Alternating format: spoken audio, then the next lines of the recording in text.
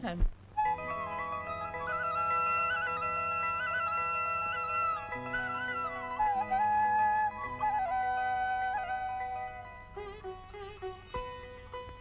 சிவகாமி? வணக்கம்மா. நேத்து உன் பொண்ணை பார்க்க மாப்பிள்ளை வீட்டுக்காரங்க வந்திருந்தாங்களே, என்ன சொன்னாங்க? எல்லாம் நல்லபடியா முடிஞ்சிருச்சுமா. பையனுக்கு சென்ட்ரல் கவர்மெண்ட்ல உத்தியோகம், 5 பவுன் நகையும் 5000 ரூபாய் பணமும் கல்யாண செலவையும் ஏத்துக்கணும்னு சொன்னாங்க. எனக்கு இருக்கிறது ஒரே பொண்ணு, அவளாவது என்ன மாதிரி அவதிப்படாம வாழட்டுமேனு தான் அவங்க சொன்னதுக்கெல்லாம் நான் சம்மதிச்சிட்டேன். பணம் 5000, 5 பவுன் நகை, கல்யாண செலவு எல்லாம் சேர்த்தா 40,000 ஆகுமே. எப்படிமா சமாளிக்க போற? அதுக்கு வழி செஞ்சுட்டேன்க்கா. மேடவாக்கத்துல இருக்கிற என் பூர்வீக இடத்தை 50,000 ரூபாய்க்கு விலை பேசிருக்கிறேன். இன்னைக்கு பணம் கொண்டு வந்து தர்றதா சொல்லிருக்காங்க. பணத்தை வீட்டுல வைக்காத சிவகாமி, உன் புருஷன் கொண்டு போய் வீணாக்கிடுவான். இப்ப என்னக்கா பண்றது? பேங்க்ல போட்டு வை. திருட்டு பயம் இல்லாம நிம்மதியா இருக்கலாம், வேணுங்கிற போது எடுத்துக்கலாம். அப்படிதான்க்கா நானும் நினைச்சிருக்கிறேன். உன் நல்ல குணத்துக்கு எந்த குறையும் வராது. அந்த ஐயப்பன் நல்லபடியா அந்த கல்யாணத்தை முடிச்சு தருவான். கவலைப்படாம காரியத்துல இறங்கு. பேங்க்ல பணத்தை போட மறந்துடாதம்மா. நான் வரட்டுமா? அதுலயும் சிக்கல் இருக்க. நீங்களா சாமி? பேங்க்ல பணம் போடுறதுல என்னப்பா சிக்கல் இருக்கு? அம்மா, பேங்க் போனா 2 பேர் ரெக்கமெண்டேஷன் தேவை. நீங்க ரெக்கமெண்டேஷன் பண்ணி பணத்தை போட்டீங்க. சனிக்கிழமை உங்களுக்கு பணம் தேவைப்பட்டது. 1 மணிக்கு போனா 12 மணியோட பேங்க் க்ளோஸும்பா. ஞாயிற்றுக்கிழமை லீவு வரும், திங்கக்கிழமை ஏதாவது ஸ்ட்ரைக்கு வரும், செவ்வாய்க்கிழமை சிவகாமின்னு போட்டு ஒரு செகண்ட் எட்டினா அந்த சீனா இல்ல சீனா, அது வளைஞ்சிருந்தாலும் சரி நீட்டி இருந்தாலும் சரி அது உங்க கையெழுத்துலன்னு உங்கள்கிட்ட சொல்லுவான். நீங்க ரெக்கமெண்டேஷன் பண்ணணும்னு தேடி போனா அவன் ஏதாவது கல்யாணத்துக்கு போயிருப்பான்.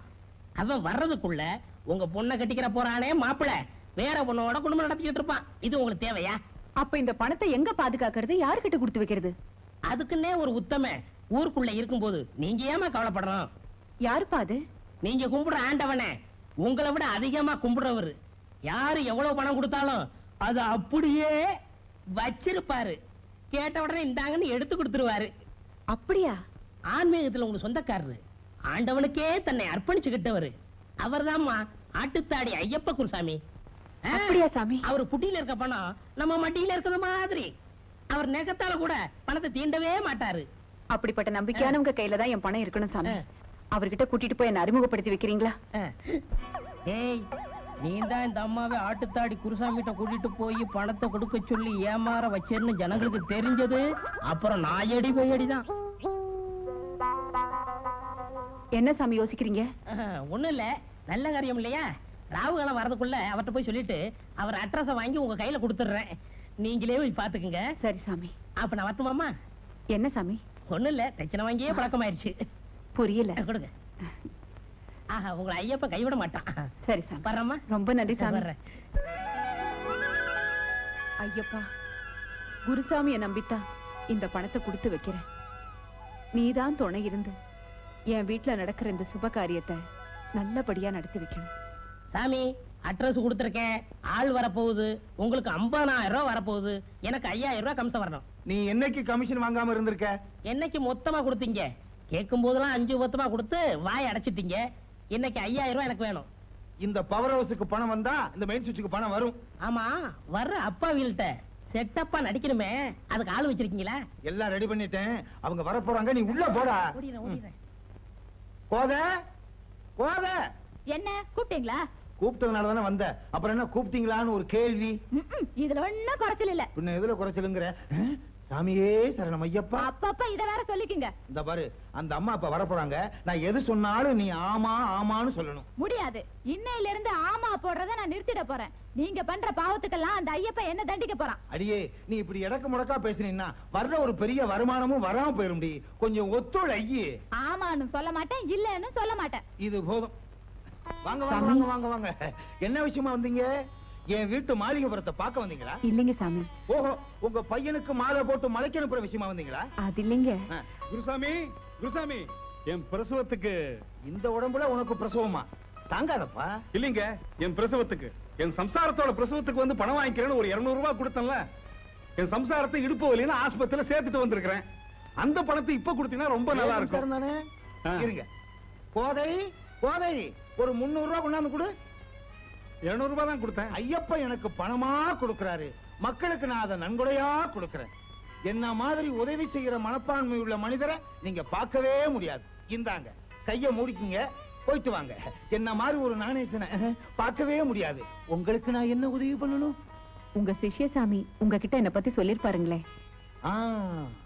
சொன்னா நிச்சயதாம்பலம் 50,000 ரூபாய் பணம் யாரோ கொடுத்து வைக்க போறாங்கன்னு சொன்னான். என் பொண்ணுக்கு கல்யாணம் நிச்சயமா இருக்குங்க. கல்யாண தேதி வரைக்கும் இவ்வளவு பெரிய தொகையை வீட்டுல வைக்க பயமா இருந்துச்சு. உங்ககிட்ட கொடுத்து வச்சா எப்ப கேட்டாலும் திருப்பி தந்துருவீங்கன்னு உங்க சிஷ்யசாமி தான் சொன்னாரு. அதனாலதான் இந்த 50,000 ரூபாய உங்ககிட்டயே கொடுத்து வைக்கலாம்னு வந்தேன். 50,000?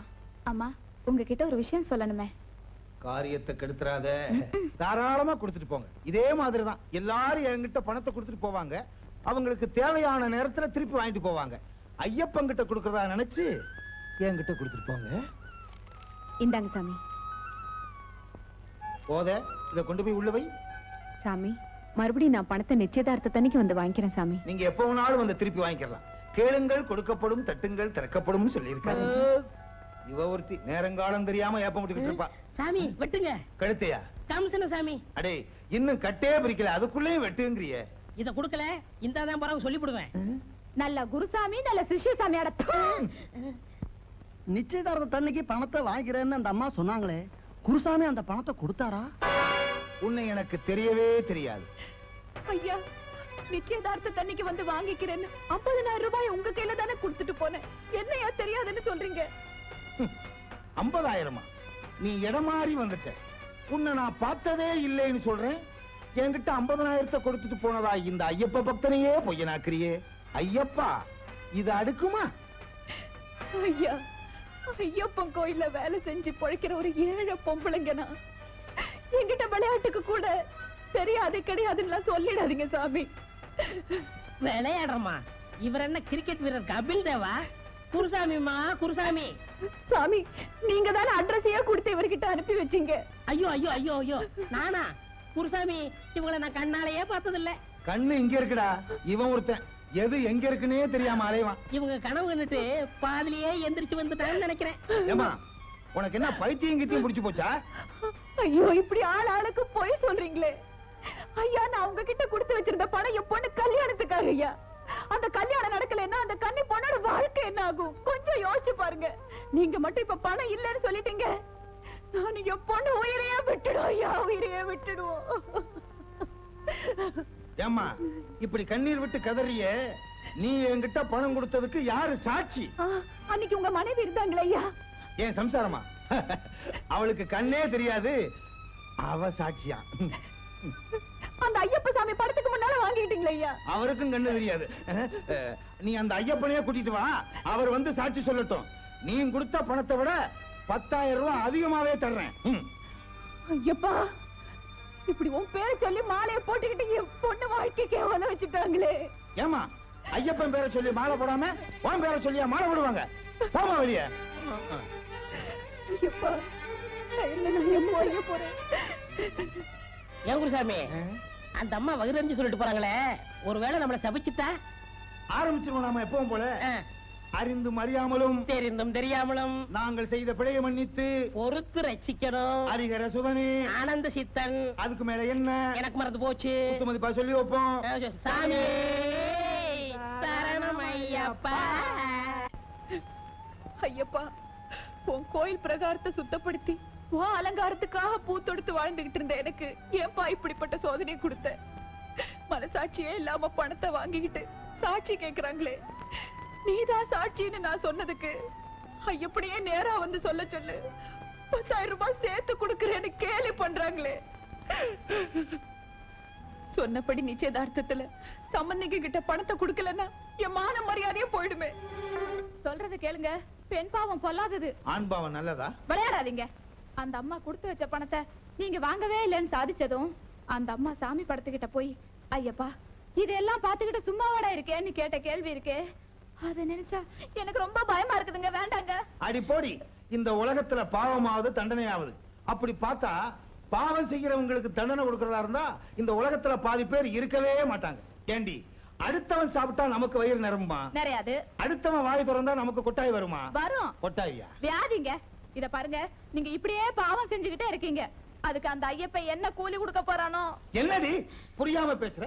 இந்த உலகத்துல புருஷன் பொண்டாட்டி 50-50. நான் அநியாயம் செஞ்சா நீ நியாயம் செய்யற. பேலன்ஸ் ஆகிட்டே இருக்குல்ல. நீ பாட்டுக்கு சாமி கும்பிட்டுட்டே இரு, நான் பாட்டு கொள்ளை அடிச்சுட்டே இருக்கேன். குருசாமி, வாங்க வாங்க வாங்க வாங்க அர்ச்சகரே.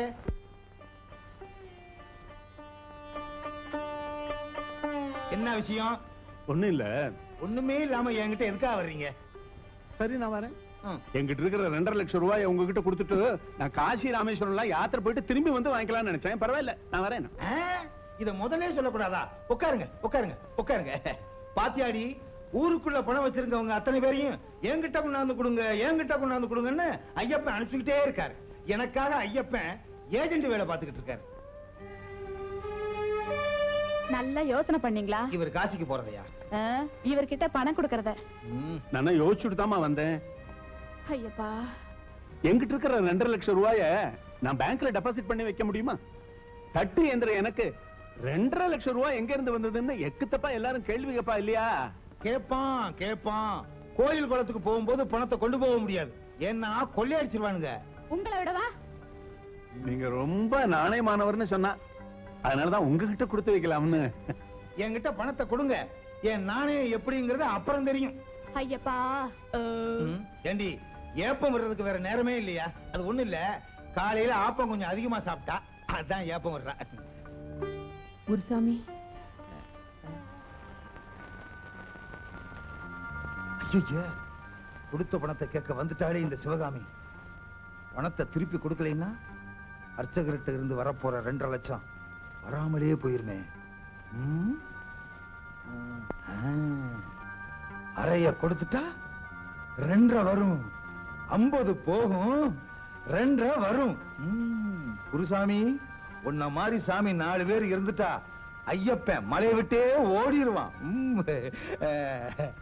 வாங்க சிவகாமி அம்மா, வாங்க வாங்க வாங்க. கல்யாணத்துக்காக 50,000 ரூபாய் கொடுத்து வச்சிருக்காங்கன்னு சொன்னேனே, அதை வாங்குறதுக்காக தான் வந்திருக்காங்க. அதை நான் திருப்பி கொடுத்துருவேன், ஏன்னா நான் நினைச்சேன். கோத இங்க தானே இருக்கேன். இவங்க பணத்தை உடனடியா திருப்பி கொடு. உண்மையாவே சொல்றீங்க? உண்மையத்தான் சொல்றேன். என் நாக்குல என்னைக்கும் போய் பேசியிருக்கேன், உண்மையத்தான் பேசுவேன். யாராரு பணம் கொடுத்தாங்களோ அந்தந்த பணம் அப்படி அப்படியே இருக்கும். திருப்பி கொடுக்கும் போது தூசியை தட்டித்தான் கொடுக்கணும். பணத்தை நான் கையால தொடுறதே இல்லையே. இந்தாங்க. ரொம்ப நன்றி குருசாமி. கல்யாணத்துக்கு என்ன கூப்பிடலைனாலும் நான் அவசியம் வந்துருவேன். வரேங்க ஐயா. கும்பிடுறாங்க, அதை நீங்க கவனிக்கலையா? நான் பாத்துட்டேன். சாமி, நீங்க சொன்ன மாதிரியே குருசாமி பணத்தை கொடுத்துட்டாருங்க. உங்களுக்கு எப்படி நன்றி சொல்றதுன்னே தெரியல. நீங்க நல்லா இருக்கணுங்க. வரேங்க. போயிட்டாங்க. குருசாமி பணத்தை திருப்பி கொடுத்துட்டாரா? வாங்கின பணத்தை திருப்பி கொடுக்கறது இல்லையே. ஒருவேளை எனக்கு கொடுத்த 5000 திருப்பி கேட்டா என்ன செய்யறது? 5-6 குருசாமிய வேலை கூப்பிடுறாங்க அப்படின்னு சொல்லி பயமுறுத்த வேண்டியதான். நல்ல காரியத்தை லேட் பண்ணக்கூடாது, சீக்கிரம் போயிட்டு வாங்க. நான் போயிட்டு வந்துடுறேன். கும்பிடுற சாமி. என்ன சாமி 50,000 திருப்பி கொடுத்துட்டீங்க? 50 போனா என்ன, 2.5 லட்சம் இப்ப திரும்பி வருது பாரு. 2 லட்சமா? எனக்கு கமிஷன் எவ்வளவு? எதுக்கு கமிஷன்? இது ஸ்ட்ரைட் கான்ட்ராக்ட், கமிஷனே கிடையாது. சாமி, அப்புறம் குருசாமி மாத்திடுவேன். என்னடா அடிக்கடி இதையே சொல்லி என்ன பயமுறுத்துற? அடச்சை, நல்ல குரு நல்ல சிஷ்யன். ஐயப்பா, இது எங்களுக்கு நல்ல புத்தியா கொடு. அவங்கிட்ட அடி வாங்கி சாக போதுங்களோ? ஐயப்பனே இங்க வந்தாலும் அவரே நாங்க மாத்திடுவோம். குருசாமி, குருசாமி யார் ஏமாந்தது? இப்ப வந்துட்டு போனாரு அவர்தான். என்னடா சிரிப்பு? ஏன் சிரிக்கிற? அந்தாலே ஒரு பிச்சைக்கார தினசரி கோயில் திரையில படுத்துக்கிருவான். தட்டுல காசை போட்டா கூட வாங்க மாட்டான். இருக்கிறது இரவல் குடிசை. நீங்க நல்லா ஏமாந்துட்டீங்க சாமி. நான் ஏமாந்துட்டேனா? அப்படின்னா ஏமாத்துனது யாரு? சாமி, சாமி. பகவானே சரணம். எழுந்திரம்மா. கோவிலுக்குள்ள மனுஷால வணங்கப்படாதுன்னு கோவில் சாஸ்திரமே சொல்றது.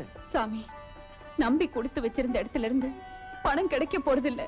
இனிமே நடக்க போறதில்ல இந்த கல்யாணம். நாம உயிரோடவே இருக்க கூடாதுங்கிற முடிவுக்கே வந்துட்டேன். எனக்கு நீங்க தானே தைரியத்தை கொடுத்தீங்க. 6 மணிக்கு போமா, பகவான் கைவிட மாட்டாருன்னு சொன்னீங்க. சொன்னதோட மட்டும் இல்லாம நான் அங்க வந்திருந்த போது நீங்களும் சாட்சி மாதிரி உட்கார்ந்து இருந்தீங்களே. நானா? நான் உட்கார்ந்துருந்தேனா? நீங்க என்ன பார்க்கல, எதுவும் பேசாம சும்மா தான் உட்கார்ந்து இருந்தீங்க. ஆனா நாங்க வந்ததும் கோவில்ல பூஜை பண்ற உங்க முன்னால போய் பேச முடியாத அந்த குருசாமி நான் கேட்காமலே என் பணத்தை எடுத்து கொடுத்துட்டாரு சாமி. நான் எப்படிமா அங்க வந்திருக்க முடியும்? நான் வெளியூர் போயிட்டு இப்பதானே வந்திருக்கேன். நீங்க அங்க வரலையா? அப்ப அப்ப அங்க வந்தது